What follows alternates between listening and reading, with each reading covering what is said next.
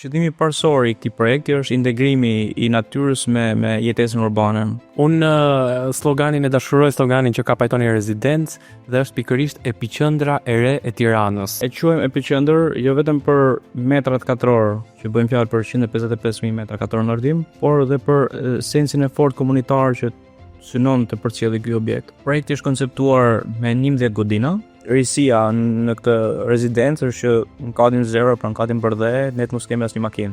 Kemi një platformë lidhëse, pra për gjithë godinat në katin e 5, gjitha këto lidhen me njëra tjetrën edhe një herë, përveç se në katin 0. Pra ne natyrë nuk e kemi vetëm në katin bardhe, por kemi natyrë po prapë edhe në katin e 5. Në katin e 5, përveç gjithë faciliteteve që do ketë, që do ketë pishina, do ketë ambient e pushimi, do ketë edhe një pistë vrapimi.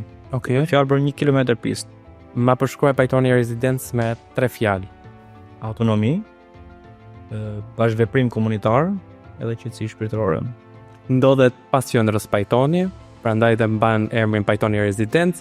Mendoj që është një nga investimet më të zgjuara të gjithë njerëzve që do të investojnë në Tiranë, edhe nuk e ka kot atë epiqendra e re të Tiranës, sepse me kaq shumë sa folën, facialitete, gjitha ato të mira që të ofron, e meriton me vërtet epiqendra e re të Tiranës.